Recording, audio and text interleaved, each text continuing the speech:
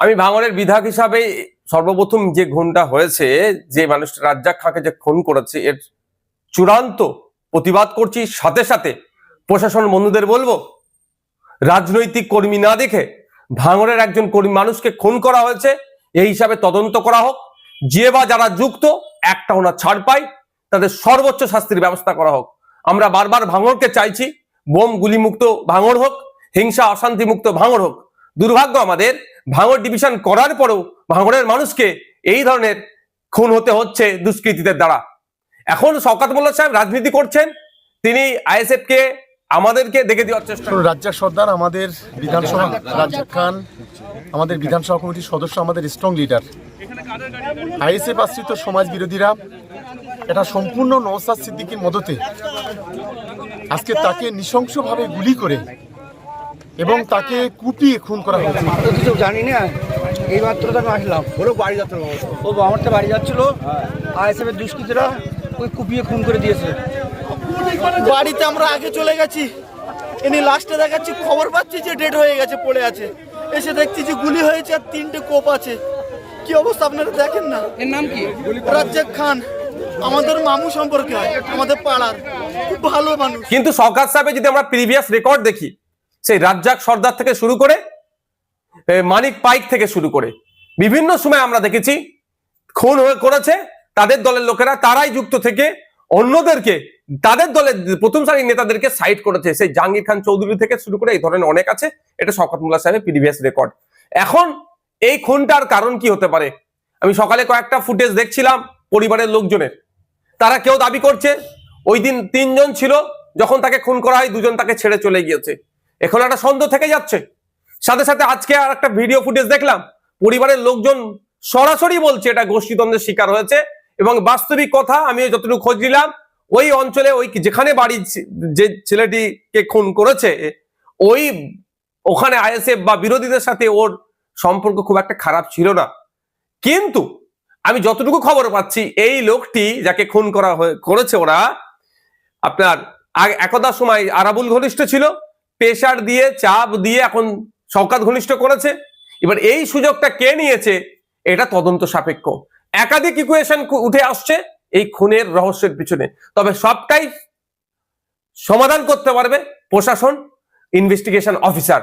আমি আশা করব নিরপেক্ষতা বজায় রেখে এটা তদন্ত হোক। আর সাথে সাথে এটাও বলে রাখছি, পরিবারের সাথে আমি যোগাযোগ করার চেষ্টা করছি, পরিবারের সমর্থন নেব। পরিবার যদি চাই সিবিআই ইনভেস্টিগেশন হোক, পরিবারের হয়ে প্রয়োজনে আমি মামলা করব সিবিআই ইনভেস্টিগেশন করার জন্য। কারণ আমি একজন বিধায়ক এখানে ভাঙড়ের, সেটা আমার বড় পরিচয়। কোন দলের নেতা, কোন দলের চেয়ারম্যান, তার থেকে বড় পরিচয় ভাঙড়ের আমি বিধায়ক। ভাঙড়ের মানুষ খুন হয়েছে, ভাঙড়ের মানুষকে যারা খুন করেছে তাদেরকে আমি শান্তির ঘুম ঘুমোতে দেব না। আর সাথে এটাও বলছি, যদি এটাকে রাজনৈতিক চক্রান্ত হয়ে বিরোধীদের উপরে দমন পীড়ন বা সাধারণ মানুষকেও যদি ডিস্টার্ব করার চেষ্টা হয়, আমি সেই পরিবারগুলোকে সাথে নিয়ে সিবিআই তদন্ত হবে, সিবিআই তদন্তের জন্য বা বিচার বিভাগীয় তদন্তের জন্য কোর্টের দ্বারস্থ হব। এটা কি তাহলে আরাবুল আর শওকত সাহেবের গোষ্ঠীদ্বন্দ্বের? দেখুন, এই ধরনের ঘটনা রাজ্যের বিভিন্ন জায়গায় ঘটছে, শাসক দলের নিজেদের মধ্যে গোষ্ঠী কন্দল। আমি শুধু বলছি না, আপনি দেখুন ওই পরিবারের একজন কর্তা, আজকে তিনি বক্তব্য তার দেখবেন, তিনি বলেছেন সরাসরি এভাবে বলেছেন যে এটা গোষ্ঠীদ্বন্দ্বের শিকার হয়েছে। আর আমিও বলছি, যখন আমার কাছে খবর এসেছে, আমি যতটুকু খবর নিতে পেরেছি, যে এটা সম্পূর্ণরূপে গোষ্ঠীদ্বন্দ্বের শিকার হয়েছে। হয়তো শওকত মোল্লা সাহেব এই বিষয়টা অনেক কিছু জানেন, এটা অনেক কিছু জানেন শওকত মোল্লা সাহেব, তদন্ত সঠিক করলে উঠে আসবে। ভাঙড়ের বিষয়টা নিয়ে শওকত মোল্লা সাহেব সরাসরি কিন্তু আইএসএফ কে দোষারোপ করেছে। এটা কি মানে আপনি যুক্ত সরাসরি আপনার? দেখুন, আমরা এতটা এখন হিংস্র হয়ে উঠতে পারিনি, আর কোনোদিন হবারও ইচ্ছাও নয় যে একটা মানুষের প্রাণ নিয়ে নেব রাজনীতি করার জন্য। আমরা সমাজ ব্যবস্থার পরিবর্তনের জন্য রাজনীতিতে এসেছি, ক্ষমতা দখল আমাদের স্বপ্ন নয়। শওকত মোল্লা সাহেবের পাস্ট হিস্ট্রি যদি আমরা দেখি, এই কাছে তিনি সিদ্ধহস্ত, খুন খারাপি করিয়ে, মারামারি করিয়ে, গোষ্ঠীদ্বন্দ্ব করিয়ে অপরের দিকে, বিরোধীদের দিকে দাগিয়ে দেওয়া হয়, দাগিয়ে দিত। নমিনেশন কাটছে, আবার বলছেন যে বিরোধীরা প্রার্থী খুঁজে পাচ্ছে না। এখন আমি বলছি এই যে খুনটা হয়েছে, শওকত মোল্লা সাহেবকে যদি সঠিকভাবে জিজ্ঞাসাবাদ করা হয় এই খুনের অনেক রহস্য উন্মোচন হবে। এটা সম্পূর্ণরূপে আমি দায়িত্ব নিয়ে বলতে পারি, আমি দায়িত্ব নিয়ে বলছি এটা গোষ্ঠীদ্বন্দ্বের শিকার হয়েছে। এবার কোন গোষ্ঠী করেছে আর কেন করেছে, কোন গোষ্ঠী করেছে এটা এই মুহূর্তে বলা সম্ভব নয়। কেন করেছে এটা আমি বলতে পারি, সেই দিনের শেষে ভাগবটরার লড়াই, এ বড় নেতা হয়ে যেতে পারে, সে ছোট নেতা হয়ে যেতে পারে, এই মর্মে একটি ছেলেকে খুন করা হলো।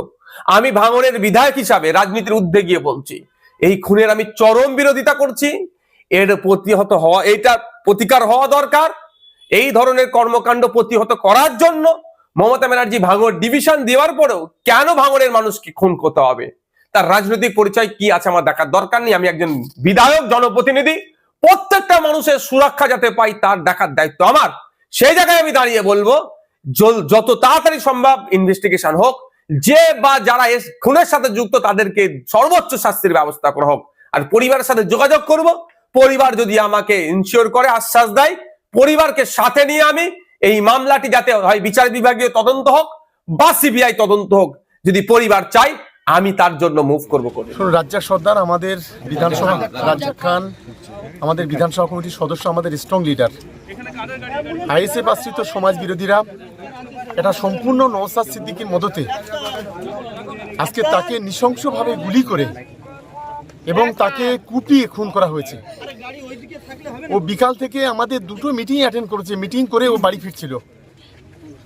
আসলে ভাঙড় বিধানসভা এলাকায় এদের অস্তিত্ব বিলীন হয়ে যাওয়ার ফলে এই আইএসএফ আশ্রিত সমাজ বিরোধীরা এই ধরনের ঘটনা ঘটছে। আমরা পুলিশকে, আমরা দিদিকে অনুরোধ করব যে অবিলম্বে এই আইএসএফ আশ্রিত সমাজ বিরোধী এদেরকে অবিলম্বে গ্রেপ্তার করা এবং তার দৃষ্টান্তমূলক শাস্তির ব্যবস্থা করা। তো কিছু জানি না, এই মাত্র তো আমি আসলাম। বলো বাড়ি যাত্রা ও আমার তো বাড়ি যাচ্ছিল, আইএসএফের দুষ্কৃতীরা ওই কুপিয়ে খুন করে দিয়েছে। গুলিও করেছে, কোপ মেরেছে, কুপিয়েছে, প্লাস গুলি করেছে। মারা গিয়েছে। সম্পূর্ণ নওশাদের উস্কানিতে হচ্ছে। কে মারা গিয়েছে? রাজ্জাক খান এই অঞ্চলের সভাপতি, আপনাদের দলের তৃণমূল কংগ্রেসের সভাপতি। দাদা, হঠাৎ আবারও ভাঙড়ে এই যে মার্ডার, কি মানে কিভাবে দেখছেন এই ঘটনাটা? এখন আমরা ভাষা খুঁজে পাচ্ছি না। আমার ইমাম সাহেব আসছে, কি বলে দেখি, তারপরে বলবো। বাড়িতে আমরা আগে চলে গেছি, এনে লাস্টে দেখাচ্ছি, খবর পাচ্ছি যে ডেড হয়ে গেছে, পড়ে আছে। এসে দেখছি যে গুলি হয়েছে আর 3টে কোপ আছে। কি অবস্থা আপনারা দেখেন না। এর নাম কি? রাজ্জাক খান আমাদের মামু সম্পর্কে হয়, আমাদের পাড়ার। খুব ভালো মানুষ, খুব ভালো মানুষ। কখন ঘটলো ঘটনাটা? হ্যাঁ, কতক্ষণ আগে ঘটেছে? আরে আমরা একটু খবর পেয়েছি, এসে দেখছি পড়ে আছে। ছুটে এসে দেখছি পড়ে আছে।